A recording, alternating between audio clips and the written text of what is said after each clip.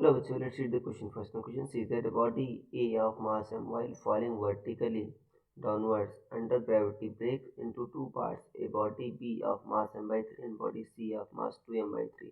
How does the center of mass of bodies B and C taken together shift compared to that of body A? So सबसे पहले आपको समझना होगा की concept क्या use हो रहा है इसमें. So key concept is center of mass.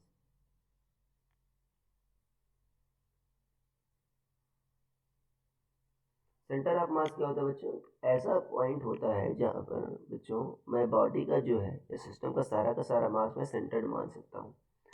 अब यहाँ पर देखो जो सेंटर ऑफ मास की मोशन होती है बच्चों सिर्फ एक्सटर्नल फोर्सेस पर डिपेंड करती है. जो न्यूटन्स लॉ लिखते हो आप क्या लिखते हो? F external equal to mass times acceleration of centre of mass. एड ये लिखते हो आप,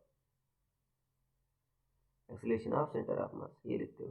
तो देखो अगर आपका एक्सटर्नल फोर्स जीरो है तो एक्सेलरेशन ऑफ सेंटर ऑफ मास क्या होगा? आपका जीरो होगा. मतलब वो आपका सिस्टम का सेंटर ऑफ मास आपका डिस्प्लेस नहीं होगा बच्चों. तो जो पहले रहेगा जो इंडिविजुअल बॉडी का रहेगा वही आपका बाद में भी रहेगा. ठीक है. मतलब जो अगर मान लो फॉर एग्जांपल अगर इस केस में कह रहा है आपका एक बॉडी है जिसका मास है बच्चों, ये क्या कर रही है आपका वर्टिकली गिर रही है. ये दो पार्ट्स में बच्चों ब्रेक कर जाती है. अब जो पार्ट्स में ब्रेक करती है बच्चों वो इंटरनल फोर्सेस के कारण बच्चों ब्रेक होती है. किसी कारण इंटरनल फोर्सेस के कारण बच्चों ब्रेक होती है. तो मैं उस देखो ग्रेविटी का फोर्स तो लग रहा है बच्चों बट मैं उस इंस्टेंट पर बात कर रहा हूँ जिस समय ब्रेक होती है.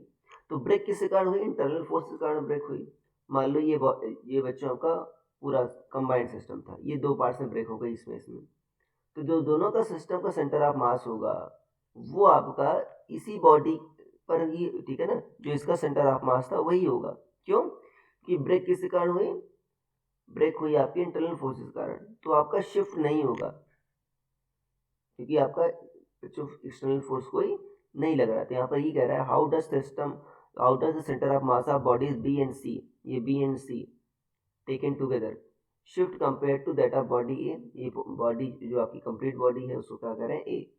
तो बच्चों क्या कह रहे हैं, क्या कहोगे आप? Does not shift at all. It does not shift at all क्योंकि बच्चे इंटरनल फोर्सेस ऐड करते हैं ड्यूरिंग एक्सप्लोजन. तो ये बच्चे शिफ्ट नहीं होगा. So I hope you understood it well. Best of luck.